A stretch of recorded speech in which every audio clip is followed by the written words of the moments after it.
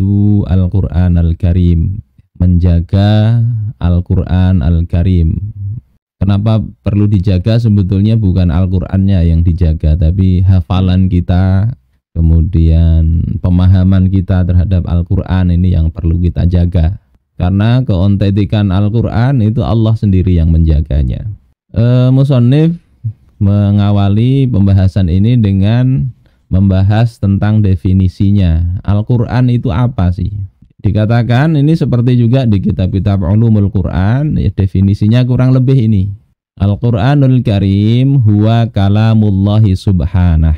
Al-Qur'anul Karim itu adalah perkataan atau kalam dari Allah Subhanahu wa ta'ala. Anzalahu ala rasulihi Muhammad sallallahu alaihi wasallam, di mana Allah telah menurunkannya kepada utusannya, yakni Nabi Muhammad sallallahu alaihi wasallam, biwasitatil wahyi, dengan perantaraan wahyu, yakni Jibril alaihi salam, lafzan wa ma'nan, baik secara lafal, ya, huruf-hurufnya maupun maknanya, al-muta'abbadu bitilawatih, yang membacanya itu sudah beribadah.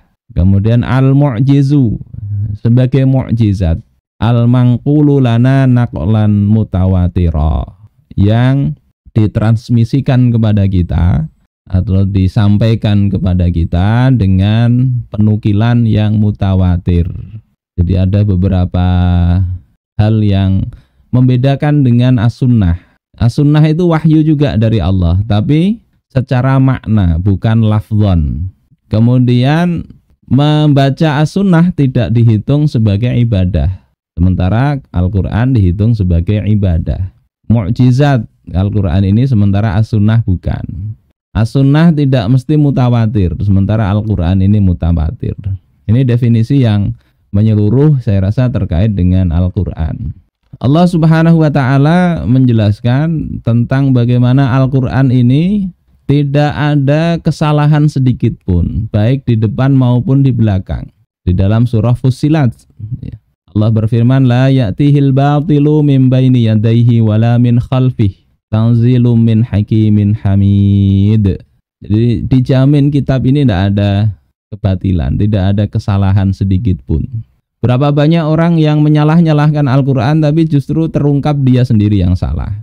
Entah salah mengi'rabnya atau salah muzakkar muannasnya, yang dia kritik Al-Quran itu dia sendiri yang akhirnya kebingungan dengan kritiknya.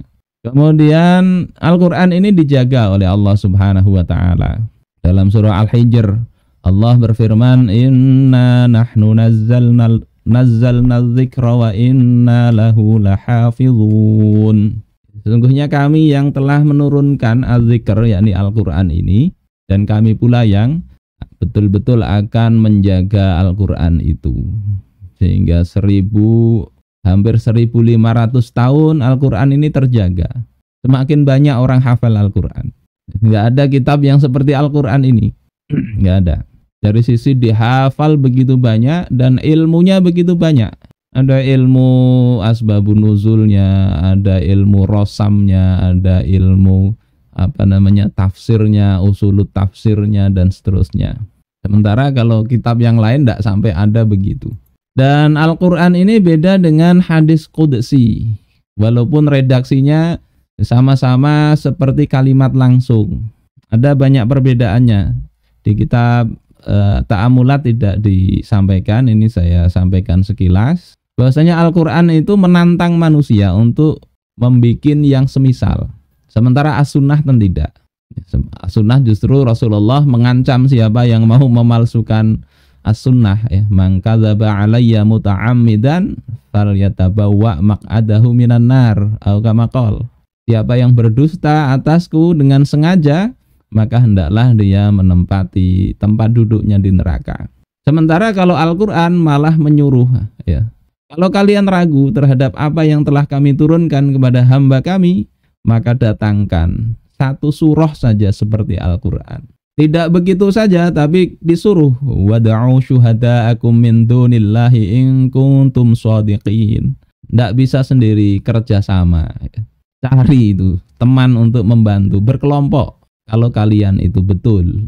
Tapi sudah Allah katakan tidak akan mampu.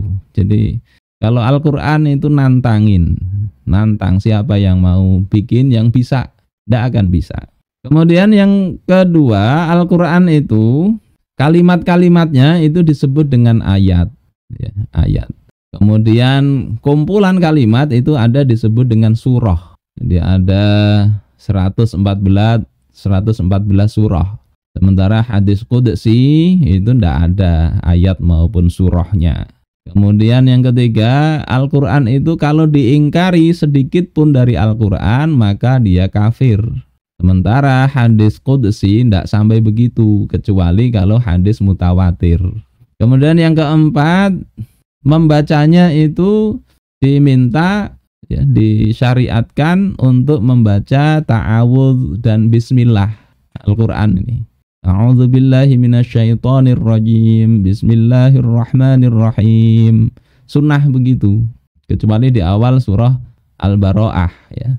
Tapi kalau membaca yang lain ya cuma bismillah aja cukup. Kemudian Al-Quran itu ditulis dengan rasm yang khusus. Huruf-hurufnya itu khusus. Kadang ada beda penulisan, tidak bisa sembarangan, ya. Kemudian mahfuzum minallahi ta'ala, dijaga oleh Allah Ta'ala. Kemudian tidak boleh membaca Al-Quran dengan maknanya semata. Tidak boleh membaca Al-Quran dengan maknanya. Tapi mesti lafaz dan maknanya haruslah dibaca apa adanya. Itu baru Al-Quran. Sehingga kalau sholat misalnya Al-Fatihah dia bikin sendiri, ya, maka tidak sah begitu. Walaupun ya kalimat bahasa Arabnya sama. Alhamdulillahi Rabbil Alamin, dia katakan hamdan lillahi Rabbil Alamin misalnya, ya tidak sah begitu. Kemudian yang kedelapan, Al-Quran itu tidak turun kecuali dengan wahyu, yakni di bawah Jibril alaihissalam. Tidak sekedar ilham atau mimpi, tidak. Sementara kalau hadis itu kadang yang ilham saja cukup. Ini beberapa perbedaan di antara banyak perbedaan Al-Quran dengan hadis qudsi.